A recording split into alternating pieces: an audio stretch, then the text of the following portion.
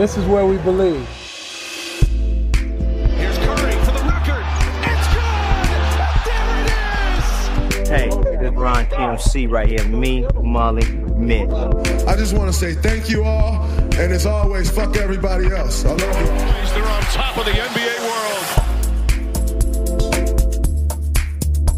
Bonjour, bonsoir, bienvenue dans Retro Warriors, votre podcast consacré à l'histoire de la franchise des Golden State Warriors. Deuxième épisode de notre série et dans celui-ci, direction les années 90. On va se plonger dans l'une des époques les plus connues de l'histoire de la franchise, l'époque Run TMC, l'un des surnoms les plus cool et mythiques de la NBA, attribué à un trio de joueurs qui a émerveillé les fans pendant 2 saisons. Mais justement, pourquoi ça a duré si peu de temps, si ça marchait si bien? C'est la question à laquelle on va tenter de répondre durant les prochaines minutes. Alors préparez votre meilleure contre-attaque rapide, oubliez les systèmes, je vous emmène quelques années en arrière. Alors même si j'imagine bien que la plupart d'entre vous qui allez écouter ce podcast savent très bien ce qu'est le Run TMC, il y a peut-être des nouveaux dans l'assemblée, donc un petit rappel ne fait jamais de mal. Run TMC, c'est T pour Tim Hardaway, M pour Mitch Richmond et C pour Chris Mullin, un surnom donné par un journal, le San Francisco Examiner, qui avait organisé un concours avec ses lecteurs au milieu de la saison 90-91 pour nommer ce trio qui brillait déjà depuis la saison précédente. You are now known officially as Run TMC. Good luck, congratulations, fellas, and may the best man. Les 3 joueurs se sont retrouvés ensemble à partir de 1989 avec la draft de Tim Hardaway et le trio a très vite incarné l'emblème du tout pour l'attaque sous les ordres du coach emblématique des Warriors, Don Nelson, adepte du jeu rapide, du fameux run and gun qui fait encore aujourd'hui l'identité des Warriors. Dès que cela est possible, l'équipe joue la contre-attaque et au pire sur un semblant d'attaque placée, c'est le premier joueur ouvert qui prend le shoot. Mullin raconte d'ailleurs dans une interview sortie en 2011 qu'ils avaient un playbook avec des systèmes comme dans toutes les équipes, mais qu'en fait ils ne s'en servaient jamais, que dans le vestiaire. Nelson leur disait «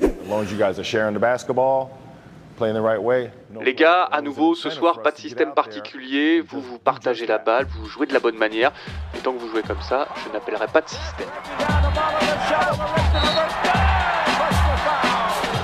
Une philosophie que les 3 fantastiques là ont pleinement embrassée. La saison 90-91 a été celle où le trio était à son apogée. Tous les matchs à domicile affichaient complets, on s'arrachait les places du Coliseum Arena d'Auckland pour venir voir le trio se trouver les yeux fermés. Hardaway enchaînait les crossovers, Mullin et sa main gauche faisaient ficelle et le sous-estimé Richmond pouvait quasiment tout faire. Post-up, jump shoot, aller au cercle et surtout, il était impossible à bouger, d'où son surnom The Rock.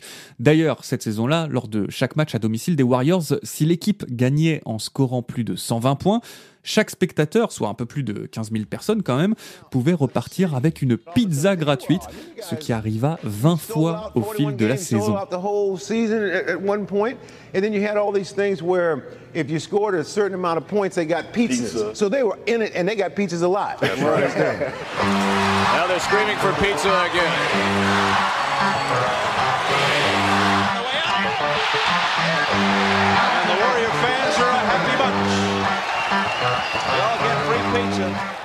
Voilà, maintenant que tout le monde a bien tous les éléments en tête, on sait remémorer qui étaient les 3 fous furieux là, penchons-nous donc sur la fin. Pourquoi ce festival offensif qui régalait tout le monde n'a duré que 2 ans?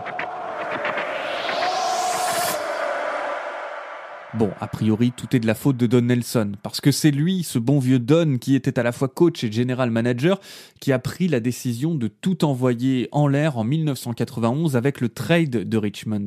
Mais évidemment, c'est plus compliqué que ça et on imagine bien qu'il n'a pas pris cette décision par hasard. Parce que si les Warriors avaient l'une des meilleures attaques de la ligue avec le Run TMC, ils avaient aussi l'une des pires défenses, la 23e à l'issue de la saison 90-91.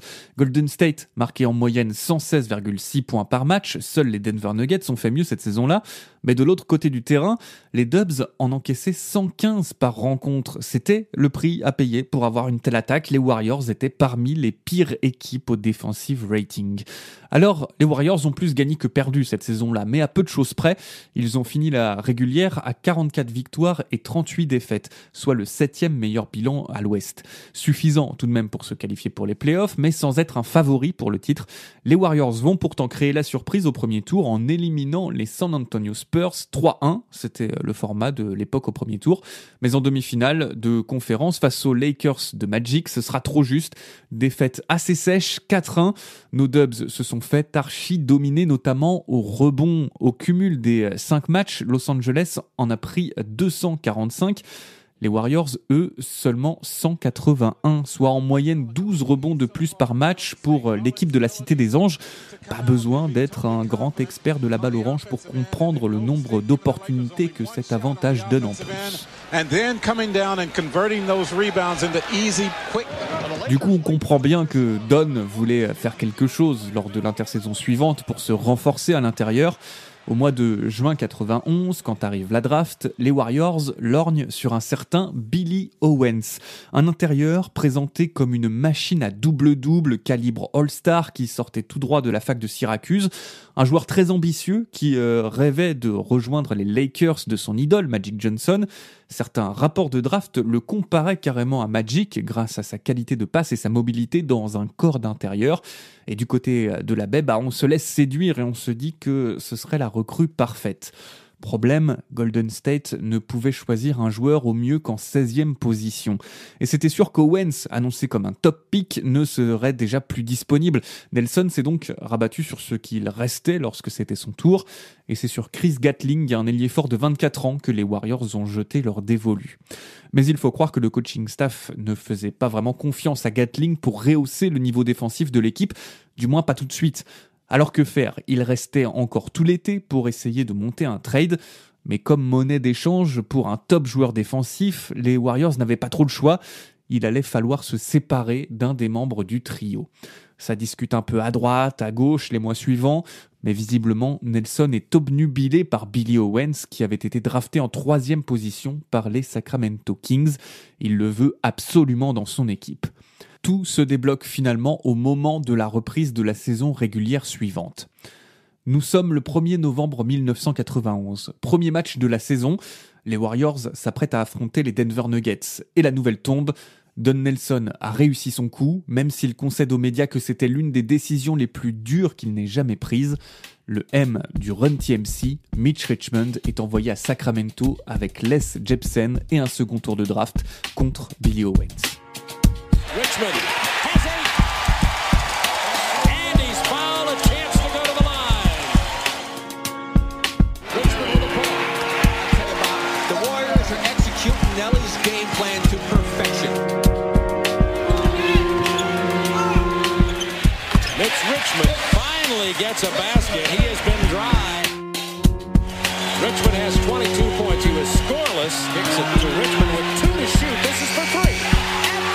On the shot clock, Richmond buries the triple. It's Mitch Richmond, one of the members of Run TMC. Mitch a été le premier surpris. Dans le podcast de Tolbert & Cops, il a raconté que quand il a appris que son nom commençait à circuler dans les rumeurs de trade, il était en mode « Sérieusement, pourquoi ?» Ça le rendait malade, mais il a fini par se faire une raison en espérant être envoyé dans une bonne équipe, ce qui ne fut pas vraiment le cas donc. Et selon lui, voilà comment les choses se sont passées. Nous sommes à Denver 20 minutes avant de monter dans le bus. Don Nelson appelle Mitch et il lui dit de le rejoindre dans sa chambre. Mitch raconte que dès ce coup de fil, il savait très bien ce que Don allait lui annoncer. Il frappe à la porte de son coach, il rentre, Don Nelson est assis sur le rebord de la fenêtre au fond de la pièce, il l'attend. Mitch lui dit tout de suite « Hey, je sais que tu m'as tradé, mais juste, ne me dis pas que tu m'as envoyé aux Kings. » Don Nelson le regarde, il lui répond « Je t'ai envoyé à Sacramento. » Mitch a simplement dit « Merci beaucoup, j'apprécie, ciao ». Il a fait marche arrière, a fermé la porte et est parti rejoindre le bus. Il raconte que ce souvenir est ancré à jamais dans sa mémoire et que souvent, encore aujourd'hui, il se demande ce qu'il se serait passé si Don n'avait pas pris cette décision. C'était l'un des pires jours de sa vie, dit-il encore aujourd'hui.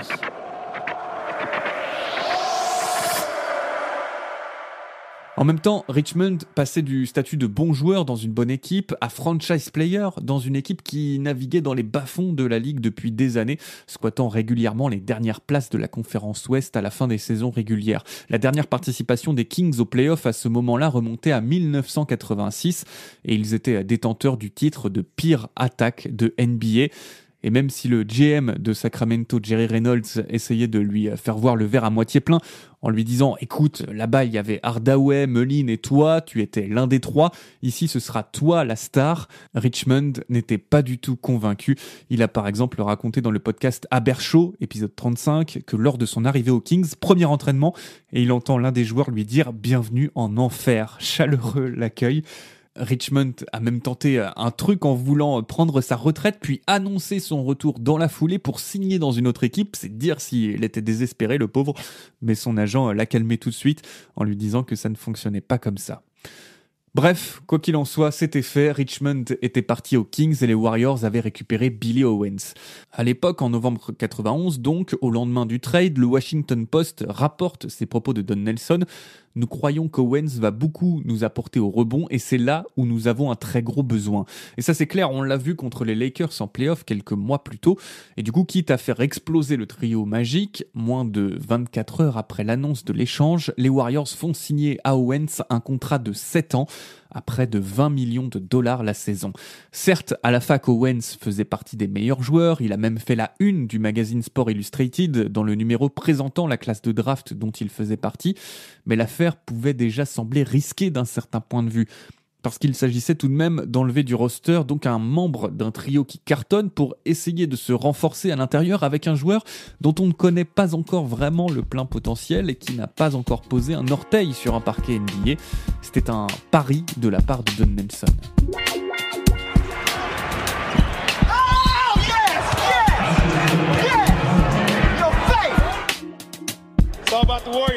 Un pari qui ne sera pas payant. Les Warriors ont été les grands perdants de ce trade.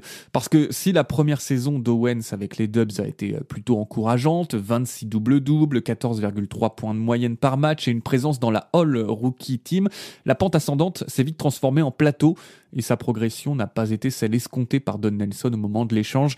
Golden State mettra finalement fin à l'aventure assez vite et enverra Owens avec ses talents du côté de Miami dès la fin de la saison 93-94. En revanche, de l'autre côté, Mitch Richmond, lui, est resté jusqu'en 1998 avec les Kings, période au cours de laquelle il fut 6 fois All-Star.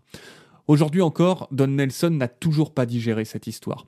Il raconte assez régulièrement qu'avoir brisé le Run TMC est l'un des plus gros regrets de sa carrière et de sa vie. En 2014, dans les pages du Mercury News, un journal de la baie de San Francisco, Nelly disait « On n'aurait jamais dû faire ce trade. Dans cette histoire, je me suis laissé convaincre. Il y avait beaucoup de pression sur notre organisation pour avoir plus de présence à l'intérieur et calmer le jeu sur le small ball après qu'on se soit fait battre par les Lakers en play-off. Mais finalement, ça n'a pas marché aussi bien qu'on l'aurait voulu. » Et ça me fait marrer d'imaginer cette situation aujourd'hui, d'imaginer genre Klay Thompson se faire trader aux Pelicans pour Zion Williamson par exemple juste après la draft 2019. Bon, c'est pas du tout le même contexte, mais quand même, j'ose même pas imaginer s'il y avait eu les réseaux sociaux en 91, ce que Don Nelson aurait pris dans la tête. En tout cas, on ne saura jamais ce que ces trois garçons auraient pu réaliser ensemble avec plus de temps. En attendant, même sans avoir été jusqu'au titre, ils ont laissé des souvenirs impérissables, ils ont choqué toute une génération de fans de basket et ont adopté un surnom qui restera à jamais. Ron TMC. Hey, this is Ron TMC right here. Me, Molly, Mitch. But Run TMC, you know you're feeling it when you let these kind of shots go. Run TMC.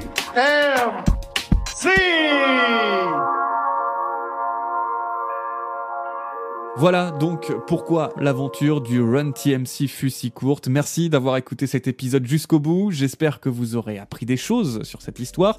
Si le podcast vous plaît, n'hésitez pas à en parler autour de vous, à partager sur les réseaux sociaux. Amis de la Dub Nation et d'ailleurs, on se dit à dans un mois pour un nouvel épisode. Salut!